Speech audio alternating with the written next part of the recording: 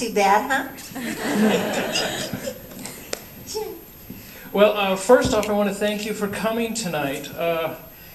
When we first talked, I learned that you had been around the world with this film. You've been to Russia to speak to students. You've spent a lot of time the past couple of weeks in Florida because there's a big controversy down there. You recently were at the Academy of Arts and Sciences in Hollywood. And on May 5th, you played an engagement in Washington at the White House. Met our president. You hear about people getting starstruck and not being able to speak and go blah, blah, blah. I was kind of that way. He walked in the room, and then he comes over to me and puts his arm around me, and I was just like, oh my God.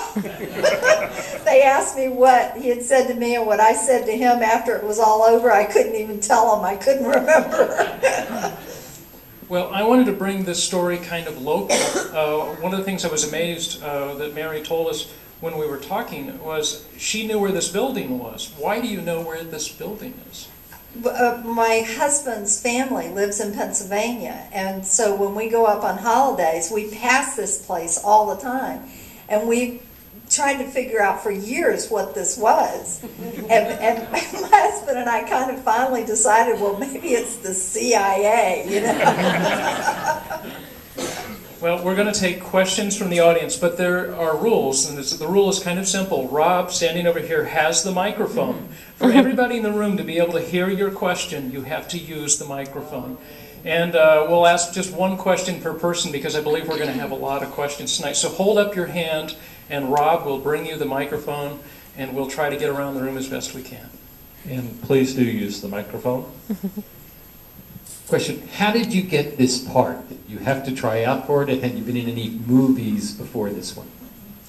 I had not done any, I didn't even know about movies. I didn't know anything about anything, really. I was just a dumb little kid in Birmingham, Alabama.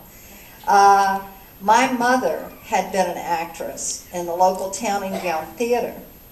And when the cattle call went out, does everybody know what a cattle call is? It's when they let people know about movies are coming. Then her theater director, James Hatcher, said, why don't you bring little Mary in? She's about the right age and she looks like she could be Gregory Peck's daughter. And so when they came, well, first, she had to go get permission from my father to take me down. And you have to understand, my dad was born in like 1898, and he was kind of Victorian in his thinking, and so Mother asked him, and he naturally said no. And my mother, she was really sharp, and she was this beautiful English beauty, and she said, now, Henry dear, what are the chances the child will get the part anyway? I love that. You hadn't even seen a movie before you were cast in your first one, and then Oscar nominated for your very first film. Next question. I'm on the way. Quick!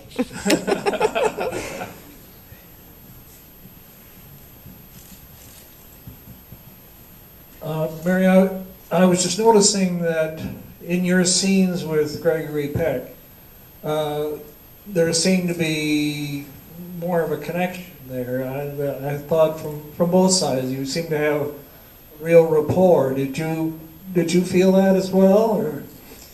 Definitely. We had a very tight relationship.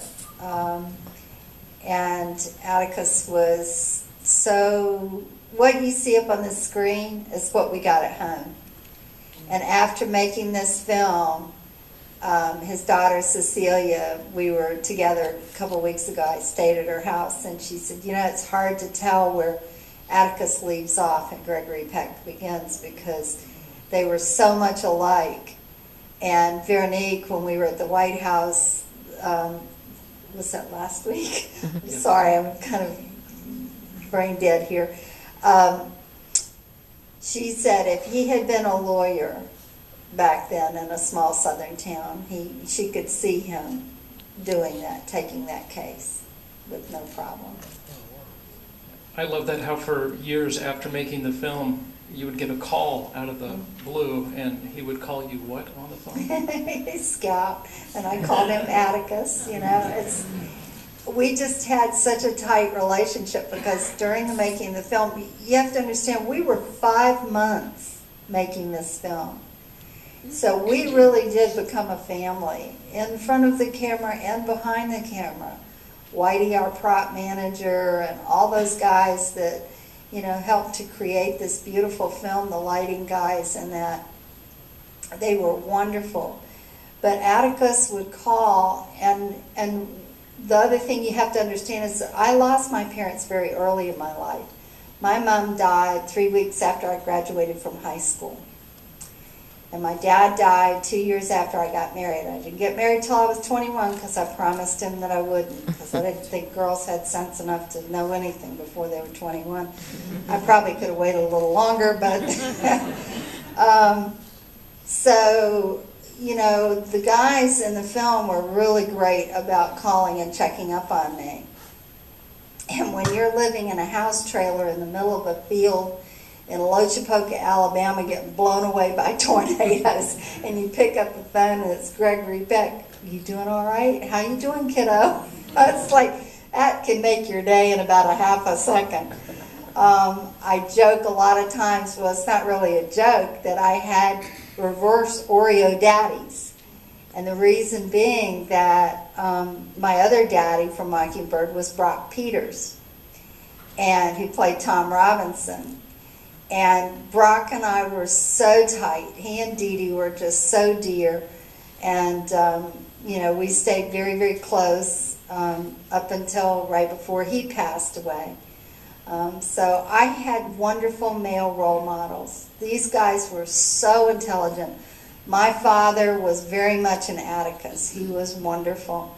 And then to have Gregory Peck and Brock Peters and Paul Fix, who played the judge, and just everybody involved. Alan Pakula, who was our producer, was such a gentleman. He was just absolutely wonderful, and we had just rekindled our relationship up at the Pecks.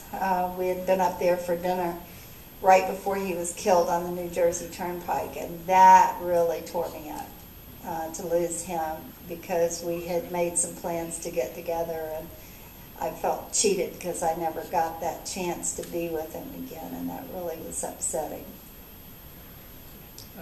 As I've heard the stories, I realized you've had a charmed life, but we're kind of charmed that you're still here. You're the ambassador. Another question from the audience. Oh, a young man. I like this. I was just wondering what some of the funnest scenes were to do, to act out. Oh, I would say probably one that you would enjoy is the tire scene. Yeah, that was a good one. According to Philip, who played Jim, we used to have pretty knockdown, drag-out fights, which would be kind of normal. You've got these two boys, and they're off doing their boy things, right? And here's this bratty little girl that they've got to, tagging around after them. And who else was I going to play with, right? But they wanted to do their guy stuff. So after a while, they got pretty tired of me, And we had this scene coming up, so they figured, okay, we'll fix this. We'll just kill her. So what you don't see is off to the side, there's this big utility truck. And they took this tire and rolled it as hard as they could right into this utility truck. And, of course, the studio didn't much care for that, so too bad I'm still here, But then they put in a stunt double to do the rest of it. So you'll see me right at the beginning, and then I get right at the end, right into the step. And that somehow or another ended up being done like more times than I care to talk about. So. My wife wanted to know the stunt double. Whose parents said, "No, put my child in"? Wasn't a child. My stunt double was a little jockey from Santa Anita Racetrack. So they can spare a jockey, I guess. Anybody else have a question for Mary? Yeah, I just learned today, of course, that this was our neighbor, Mr. Duvall's film debut. Yes. And he spent so very little time on camera. Was he there much at all during filming for those 5 months? No, not really. Not that I remember. One of the things is Bob Mulligan was a brilliant director, and because we were first-time actors, he did not let us talk to or be involved with anyone until we had worked with them. You know, he wanted that whole relationship to be real. Like with Boo, the first time I see Bob Duvall is when they open the door, and it's like, well, hey, Boo, here he is. You know? So it was wonderful. And the other scene that really stands out that I remember was when Boo's father comes around the tree and he cements up the hole where they've been putting the toys in. Well, Bob's got us concentrating on what we found in the tree, and he's just told us that that's all we're going to be doing is just, you know, I want you to really concentrate on this now. So we're really into it. You know how when you're really concentrating on something and then you have like a loud noise and stuff? So here comes this guy, and he's got that piece of plywood and that trowel, and he cracks that thing on the trowel, and we look up, you know, and it's like, here's this guy, and he's so cute, isn't he? You know? So it was a genuine reaction. Yeah, he knew how to get genuine reactions. It was wonderful. The night scenes, those were fun, because we really were working around at night, you know. The scenes at the Boo Radley house, those were done on the old Phantom of the Opera set. And they had, like, you know, the red chairs, just like you guys are sitting in now. And then we had the back of Boo Radley's house set up here. And they had all this Spanish moss and, you know, garden stuff and dirt and everything that they put up on the stage, and old things of wood and everything. So they bring us into the theater, and the guy who's in charge of the theater there at Universal said, now we've cleaned the first 4 rows of seats. So you can sit in those first 4 rows. Now, in this theater, it's a real theater, and it's like an old Victorian theater. It has the red velvet drapes that hang in the hallways that go through, so that if people needed to go out, leave the theater, that they wouldn't disturb what was going on the stage.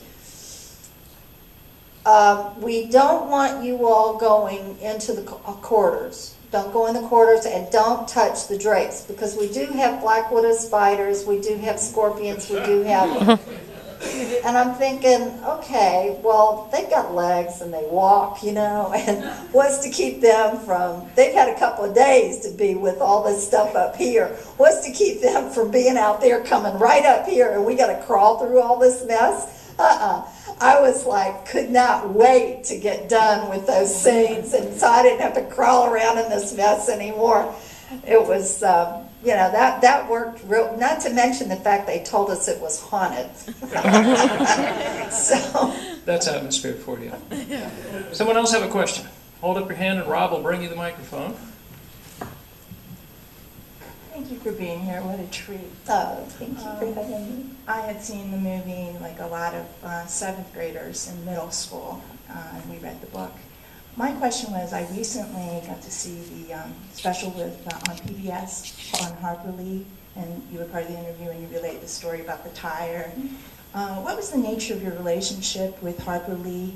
I understand she was part of the production and that your character was largely autobiographical. did she, get to be part of the direction and, could you share sure. your experience about that? Miss Lee came to visit, and she was on the set. She was supposed to come for 3 weeks, but from my understanding, she only came for about 2 weeks because she saw everything was going well, and she left. What she said to me, what I said to her, I have no idea. The only way that I know she was there is through photographs. Okay, so I really don't have any memories. The only Harper Lee story that I have came through Atticus. And he said that we were doing the scene where we were at Miss Dubow's house, and he comes home, and Miss Nell was sitting off to the side watching the scene being filmed, and when he looked over at her, he noticed a little tear on her cheek. And he's getting all puffed up. He's thinking, I must be doing a pretty good job. Must be a heck of an actor if he's making the author cry. So when Bob Mulligan calls cut, he goes over to Miss Nell and he said, Miss Nell, I thought I detected a little glint in your eye. And he's waiting for it, right? And she says, you have a little pot belly just like my daddy. That was the story he told me. So much for great acting, right? And that was a good question, by the way, because we're going to ask her some more about Harper Lee because we're showing the film tonight in her honor. We need some more questions there in the back. Yeah, hi. Hi. Do you have a favorite scene? Yeah. What's your favorite scene? My favorite scene is the bedroom scene where I'm reading to Atticus. That was sort of a dream that I'd always had, that my daddy would come and put me to bed and read to me, which never happened because of the social structure of the day. We were from like a middle to upper class family, and we had a Calpurnia in the form of Miss Beattie Harris. And so when you were dismissed from table, we would eat at formal dinner table every evening. When you were dismissed from dinner, then it was time to go upstairs and you would be bathed up, and she would listen to your prayers and then put you to bed. So that never happened. So it was kind of like a dream for me. But I think it was something that Atticus really got in touch with again after that, because his children had a French governess, and she would take them and put them to bed and that. But Cecilia said after making Mockingbird that it was different. He would come and say goodnight to them whenever they were at home. He would, because they had a busy schedule, and with filming a lot of times you're very late getting home, but on the nights when he was home, he would come to their bedroom and read to them and that. Can I share a story from Bob Mulligan, the director? Yes. He had 2 favorite scenes. One of them was the scene with you and Gregory Peck in the bed, where you ask him about the watch. Yeah. And you lean back and you're playing with the head of the bed. And he said, you can't teach that kind of acting. He didn't coach you or tell you what to do. He just she knew the words, the performance was hers. And Gregory Peck holds out the watch and you slap your hands together like, there it is, there's the prize. That's the director's first favorite scene. And you were stealing the scene from Gregory Peck. The second favorite scene of the director's was outside the jail, when Gregory Peck is being confronted by all the men who want to come and get him out. Now, all these men are kind of imposing on this one man standing there. But his daughter stands up and says, hey, I know your son. He talked about how you owned that scene, that you calmed it. Your presence was the salve that made all these adults realize prejudice is wrong. The way we treat people must be fair and just. If we want to be treated fair and just. And who did the director pick for that scene but you? And you know what's weird about this, and this is really kind of one of those things that's kind of strange. My great-grandfather, or my great-great-grandfather, I'm not sure which, was a lawyer in Arkansas.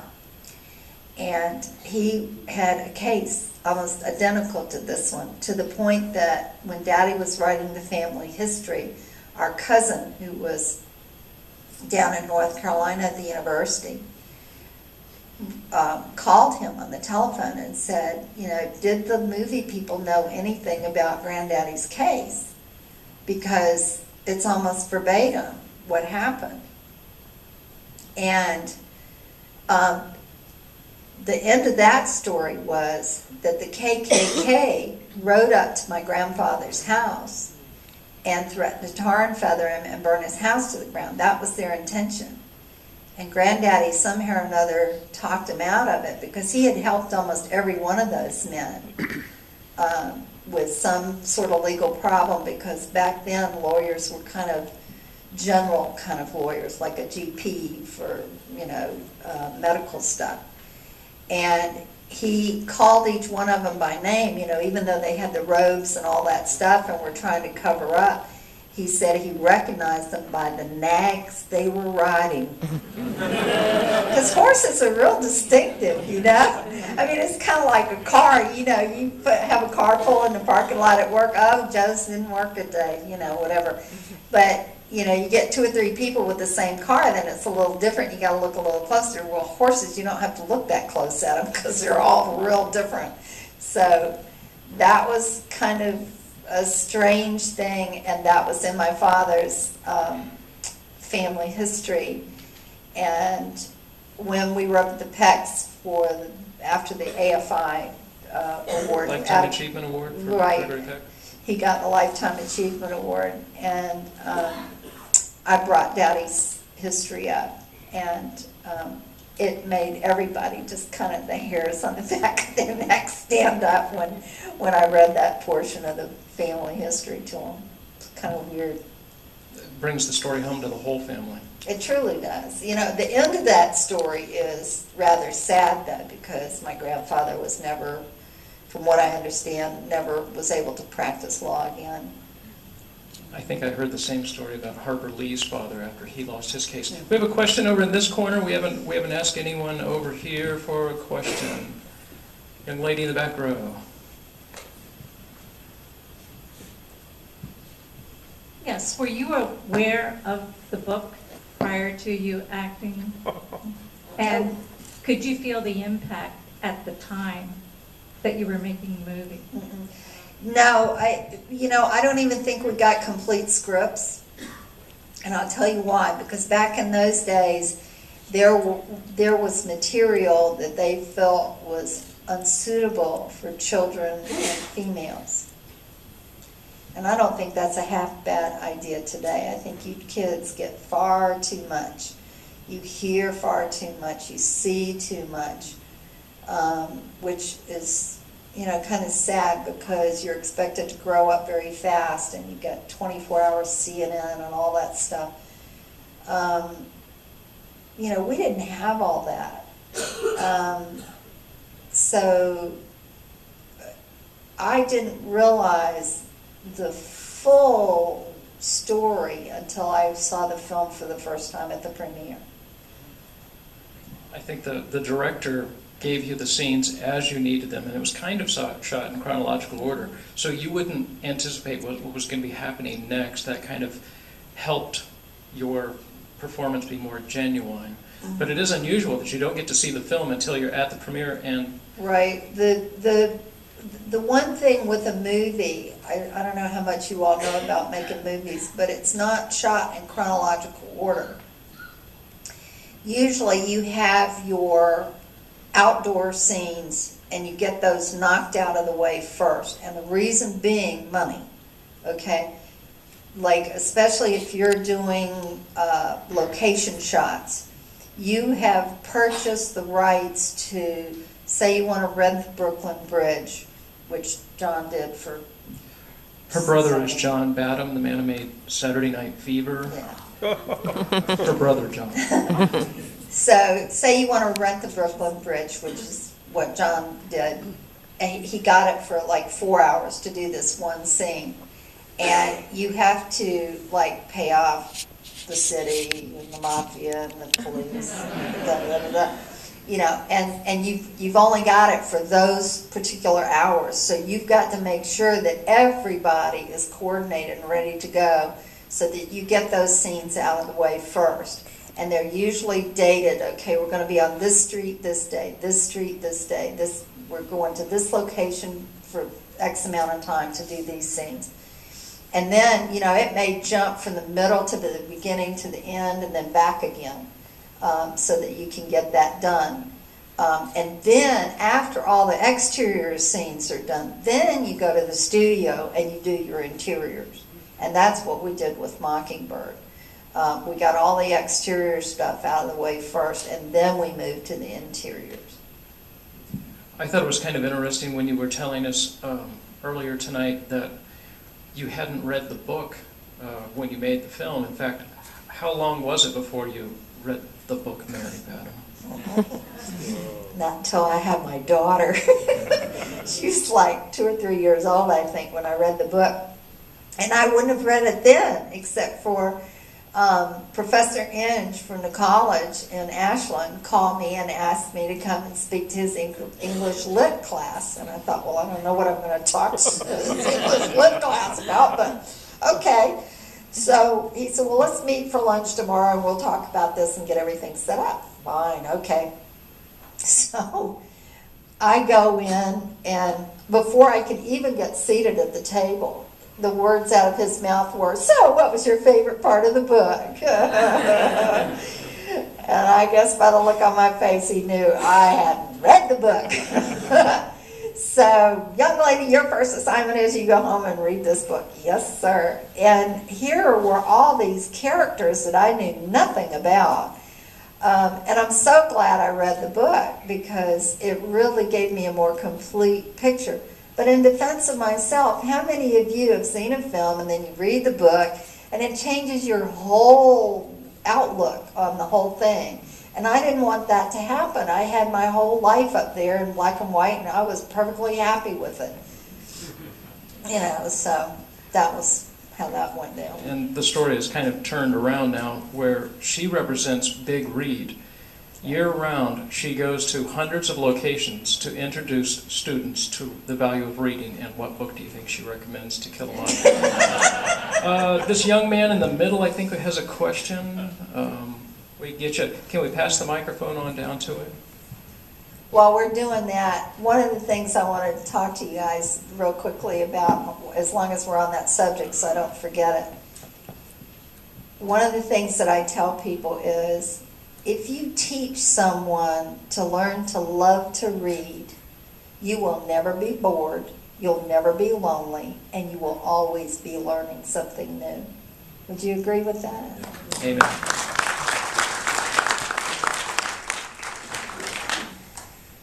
You mentioned about your relationship with Gregory Peck and Brock Peters off screen during the making of the movie. I was wondering, did you have any interaction with the actor who played Bob Ewell? You know, how did you react with him? Because he's such a mean, scary off screen. What was going on there? What you have to understand is that Jim Anderson was a method actor. Now, what a method actor is from the time they walk in that door